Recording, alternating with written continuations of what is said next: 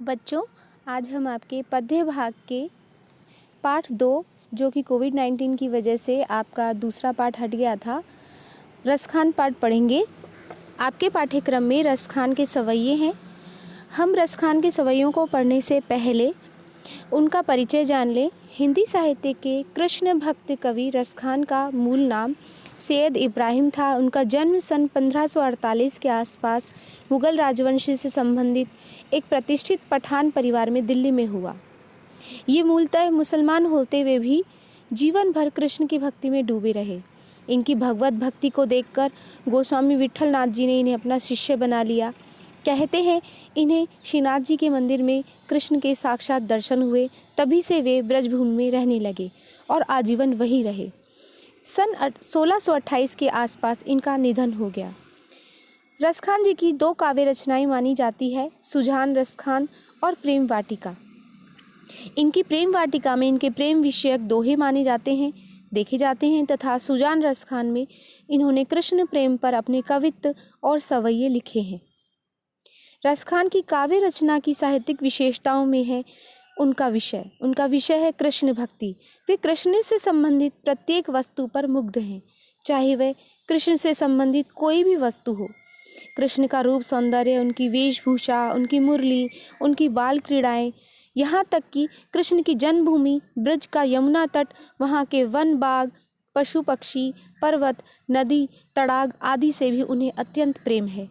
वे उसी व्यक्ति का जीवन सफल मानते हैं जो कृष्ण की भक्ति में डूबा हो या किसी न किसी तरह से कृष्ण से जुड़ा हुआ हो। कृष्ण के सिवाय उन्हें इस संसार में कुछ भी अच्छा नहीं लगता। उनका प्रेम अत्यंत पवित्र, निश्चल और अनुग्रह प्रधान है। उनकी रचनाओं में उनकी यह भक्ति, उनकी प्रेम की यह तन्मयता, उनकी भाव विह्वलता, भावुकता और तल्लीनता देखते ही बनती है। अब हम इनकी भाषा के बारे में जानते हैं। बच्चों, रसखान अपनी सुमधुर, सरल और सरस ब्रज भाषा के लिए प्रसिद्ध है। उनकी भाषा में कहीं भी शब्दों का आडंबर नहीं और कहीं भी अलंकारों की भरमार नहीं, अर्थात पढ़ते ही समझ में आ जाने वाली इनकी भाषा है। इनकी शब्दों में झरने का मधुर प्रवाह है। जैसे झरना कलकल बहता है, वैसे ही इनके सवैये और इनकी रचनाएं हमें समझ में आ जाती है। मुहावरों के प्रयोग ने उनकी वाणी को अत्यंत मधुर बना दिया है। इनकी काव्य में जैसी सहजता और प्रवाह है, वो कहीं और मिलना दुर्लभ है।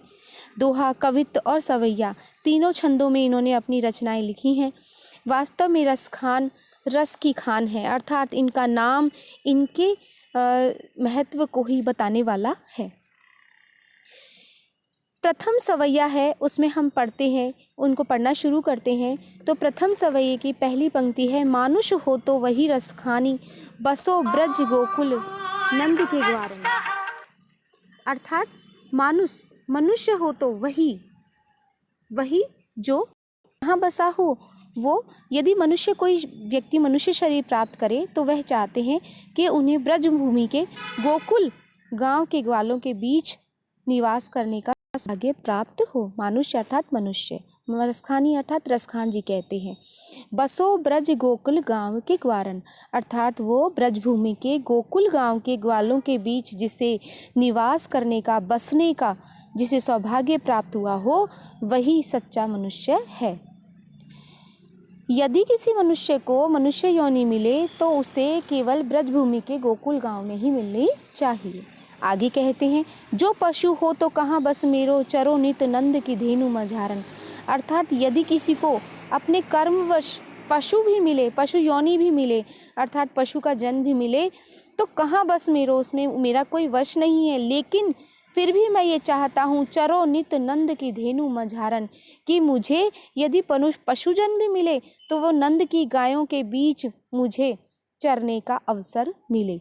मझारन यानी बीच में, चरो यानी चरने का, नित्य यानी नित्य, प्रतिदिन, रोज, नंद की धेनु अर्थात नंद की गायों के बीच, कि यदि मुझे पशु बनने को मिले तो भी मैं गाय बनना चाहता हूँ, भेड़ बनना चाहता हूँ, बकरी बनना चाहता हूँ, जिससे मुझे नंद की गायों के बीच विचरण करने का, चरने का अवसर मिले, जिससे मुझे किसी न किसी प्रकार से कृष्ण का सानिध्य मिले।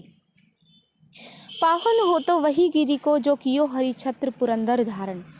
रसखान जी कहते हैं कि यदि भाग्यवश उन्हें पाहन अर्थात पत्थर भी बनना पड़े तो भी वह चाहते हैं कि वे पत्थर भी उसी गिरी अर्थात पर्वत, उसी पर्वत का, उसी गोवर्धन पर्वत का पत्थर बनना चाहते हैं जो कियो हरि छत्र पुरंदर धारण। जो श्री कृष्ण ने, हरि यहाँ हरि कृष्ण को कहा है कि जो कृष्ण ने पुरंदर अर्थात इंद्र से बचने के लिए, इंद्र का मान मर्दन करने के लिए, इंद्र के घमंड को तोड़ने के लिए जिस गोवर्धन पर्वत को धारण किया था, उस गोवर्धन पर्वत का वह पत्थर बनना चाहते हैं।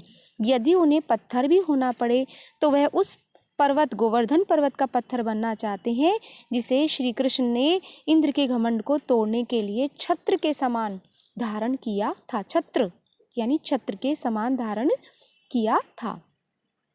अंत में रसखान जी इच्छा व्यक्त करते हैं कि जो खग हो तो बसेरो करो मिली कालिंदी कूल कदम्ब की डारण, कि यदि पक्षी योनि में मुझे जन्म लेना पड़े, खग अर्थात पक्षी, यदि मुझे पक्षी बनना पड़े तो मैं कालिंदी अर्थात यमुना के, कूल अर्थात तट पर स्थित, कदम्ब अर्थात कदम्ब के वृक्ष की, डारण अर्थात शाखाओं पर, डालों पर निवास करने का सौभाग्य, बसेरा करने का सौभाग्य प्राप्त करना चाहते हैं। अर्थात वो किसी न किसी रूप में बस श्री कृष्ण का ही साथ, श्री कृष्ण के ही संपर्क में रहना चाहते हैं। यदि वो मनुष्य बनना चाहते हैं तो गोकुल गांव के ग्वालों के बीच रहना चाहते हैं, पशु बनना चाहते हैं तो नंद की गायों के बीच विचरण करना चाहते हैं, पत्थर बनते हैं तो वो गोवर्धन पर्वत जिसको श्री कृष्ण ने धारण किया था उस पर्वत के पत्थर बनना चाहते हैं। यदि पक्षी हो तो वो उसी कदम्ब के वृक्ष के डाल पर बसेरा करना चाहते हैं, जिस कदम्ब के वृक्ष पर बैठकर या जिसके पेड़ की छाया में श्री कृष्ण अपनी लीलाएं किया करते थे। यह पद हमने पढ़ लिया है। अब इसके अगले पद में रसखान जी कहते हैं, वो ये कहना चाहते हैं कि श्री कृष्ण से संबंधित सभी वस्तुओं पर, सभी सामग्रियों पर मैं अपने सारे सुखों को त्यागने के लिए तैयार हूँ। इसमें सबसे पहले वो कहते हैं, या लकुटी अरु कामरिया पर राज तिहु पुर को तजी डारो, यानी इस लाठी, लकुटी अर्थात लाठी, अरु यानी और, कामरिया अर्थात कंबल पर मैं राज तिहु पुर को तजी डारो, मैं पुर अर्थात नगर अर्थात लोक भी कह सकते हैं, राज अर्थात राजकाज, अर्थात पुर को तजी डारो, तजी डारो अर्थात मैं त्याग सकता हूँ। इस श्री कृष्ण की लाठी और कंबल पर मैं तीनों लोकों के राज्य को त्याग सकता हूँ। तिहुपुर अर्थात तीनों लोकों या तीनों नगरों के, तजी डारो यानी त्याग दूँ, त्याग सकता हूँ। और आठों सिद्धि नवों निधि के सुख नंद की गाय चराए बिसारूं, यदि मुझे आठों सिद्धि और कुबेर की 9 निधियाँ भी मिल जाए तो भी उनके सुखों को भी वह त्याग सकते हैं।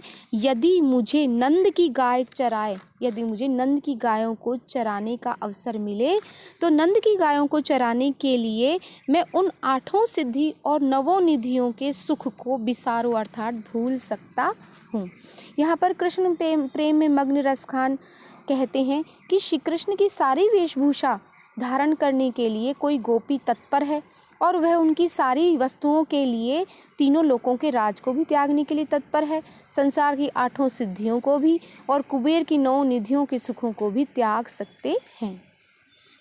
आगे कहते हैं, रसखान कभो इन आँखिन सो ब्रज के वनबाग विहाग तड़ा निहारो, अर्थात वे अपनी आँखों से, कबो इन आँखिन सो अर्थात कबो यानी कब मैं, इन आँखिन सो इन आँखों से, इन नेत्रों से वन के, ब्रज के वन, बाग और तड़ाग अर्थात ब्रज के वनों, बगीचों और तालाबों को देखने के लिए ये मेरे नेत्र व्याकुल हैं।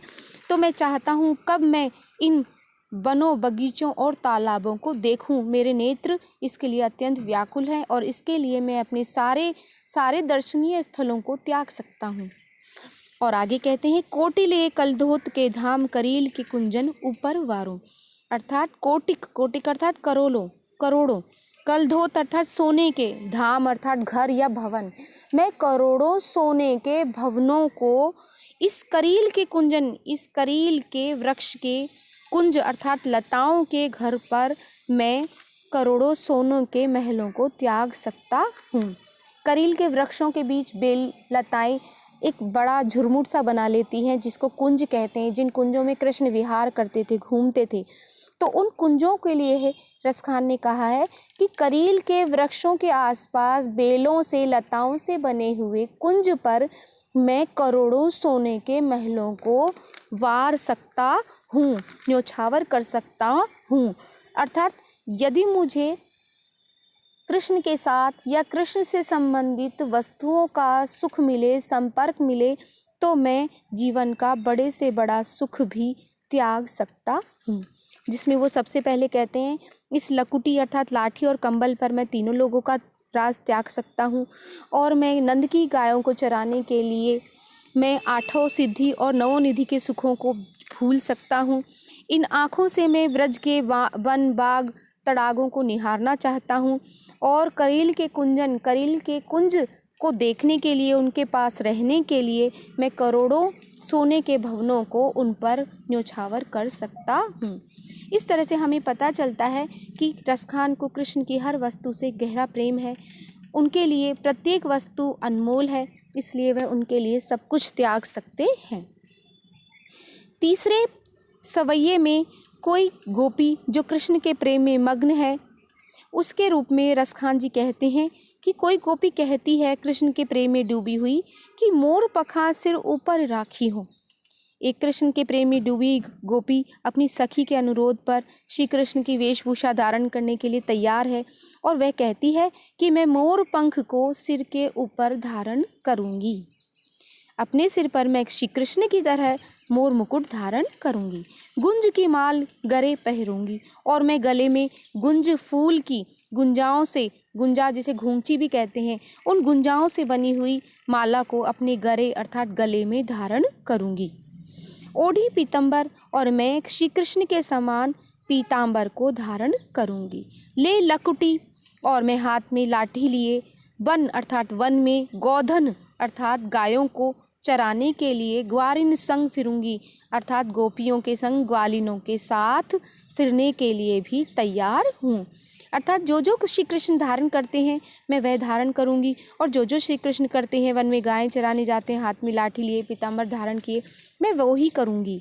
भावत तो वो ही मेरे रसखान सो, तेरे कहे सब स्वांग करूंगी। भावत तो वो ही मेरो, यानी श्री कृष्ण उसके मन को भा गए हैं, और तेरे कहे अर्थात सखी के अनुरोध पर सब स्वांग करूंगी। वह कृष्ण का सारा स्वांग रचने को तैयार है, अर्थात श्री कृष्ण का सारा रूप धारण करने के लिए तैयार है। लेकिन अंत में गोपी कहती है कि या मुरली मुरलीधर की, लेकिन मुरलीधर अर्थात मुरली को धारण करने वाले श्री कृष्ण के ये जो मुरली है, इसको अधरान धरी, जिसको उन्होंने अपने होठों पर धारण किया, जिस मुरली को श्री कृष्ण ने अपने होठों पर धारण किया, उसको मैं अधरा न धरूंगी, उसको अपने अधरों अर्थात होठों पर नहीं रखूंगी। क्यों? क्योंकि जिस मुरली को श्री कृष्ण ने अपने होठों पर, अधरों पर धारण किया, वो उसके लिए सौतन के समान है, दूसरी स्त्री के समान है, इसलिए वह उस मुरली को अपने होठों पर रखना स्वीकार नहीं करेगी। यहाँ पर गोपी का अपनी वंशी के प्रति जो बांसुरी है श्री कृष्ण की, उसके प्रति ईर्ष्या का भाव है, क्योंकि श्री कृष्ण उसे अपने बिल्कुल समीप रखते हैं, होठों पर रखते हैं, तो गोपी उससे बहुत चिढ़ती है। वह सारी वेशभूषा धारण करने को तैयार है, मोरपंख धारण करने को तैयार है, लकुटी धारण करने को तैयार है, गुंजाओं से बनी माला धारण करने को तैयार है, गोधन चराने को तैयार है, पर वह उस मुरली को धारण करने को तैयार नहीं है। इस तरह से प्रेम में दीवानी गोपी कृष्ण के सारे रूप को अपने पर धारण करना चाहती है।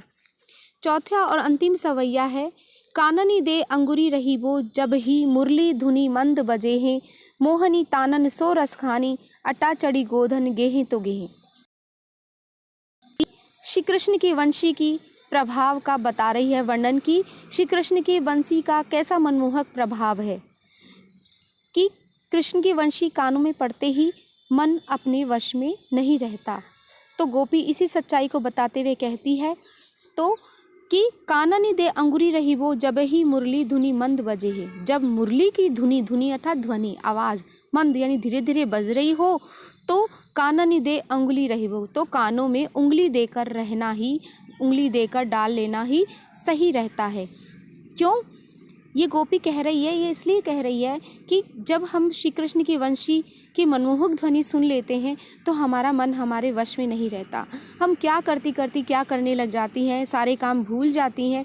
तो अगर कहीं भी मुरली की तान हमें सुनाई दे तो हमारे लिए सबसे अच्छी बात यही रहती है कि हम कानों में उंगली देकर चुपचाप बैठ जाएं, क्योंकि जैसे ही हम मंद मंद ध्वनि में उस बांसुरी को बजता हुआ सुनेंगी तो अपनी सुध बुध खो बैठेंगी। जब ही मुरली धुनी मंद बजे हैं, जब मुरली मंद ध्वनि में बजती हैं तो कानन में उंगली देकर ठीक बैठे रहना ही ठीक है। मोहनी तानन सो रस खानी अटा चढ़ी गोधन गेहे तो गेहे। यहाँ पर कह रही हैं कि यदि कोई अपने अट्टे पर चढ़कर मोहन तान अर्थात मनमोहनी तानों पर यदि कोई गोधन गीत गाता है तो गाए, गेहे तो गेहे अर्थात गाए तो गाए। कि कृष्ण के लिए कह रहे हैं कि यदि कोई अपने अटारी यानी छत पर चढ़कर यदि कोई गोधन यानी ग्वालों के गीत गाता है, बांसुरी में मनमोहक तान पर गाता है तो गाता रहे, लेकिन हम कानों पर उंगली डालकर बैठे रहेंगे, क्योंकि यदि हम इनको सुन लेते हैं तो अपनी सुध-बुध खो बैठते हैं। तेरी कहो सिगरे ब्रज लोगनी काल ही कोहू कितनो समझे है। यहाँ पर कहते हैं ब्रज के सारे लोग सुन ले कि मैं पुकार पुकार के कहती हूँ। सिगरे यानी सारे, ब्रज लोगनी यानी ब्रज के लोग, कहो यानी कहते हैं। ब्रज के सारे लोग सुन ले, कल चाहे कोई कितना भी समझाए पर काल्हे कोई कितनो समझे, कल कोई कितना भी समझाए पर माई रीवा मुख की मुस्कानी संभारी न जेहे न जेहे न जेहे। लेकिन वंशी बजाते समय कृष्ण की मंद मुस्कान को संभाल पाना किसी के वश की बात नहीं है, नहीं है, नहीं है। अर्थात उनकी जो मुख की मुस्कान है, माई रीवा हे माँ, अर्थात मैं उससे बचने के लिए बिल्कुल भी तैयार नहीं हूँ। उस जादू भरी मुस्कान और उस वंशी की मधुर ध्वनि दोनों मिलकर मन को वश में नहीं रहने देती। इसलिए जहाँ भी कृष्ण की वो मुरली की मधुर तान बजती है वहाँ मैं नहीं जाऊँगी और कानों में उंगली देकर बैठ जाऊँगी।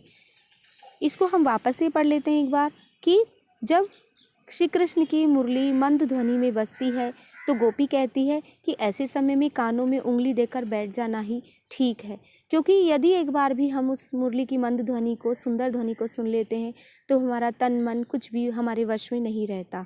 इसलिए फिर चाहे कृष्ण कहीं भी बैठकर उस मुरली पर गोधन का गीत गाएं, चाहे हमें ब्रज के लोग कितना भी समझाएं, कितना भी कहें, लेकिन हम उस बात को नहीं मानेंगी। क्योंकि वंशी बजाते समय कृष्ण के मुख की मुस्कान को संभाल पाना और उनकी मधुर वंशी को सुन पाना, उसके बाद अपने आप को वश में रख पाना हमारे वश में नहीं है।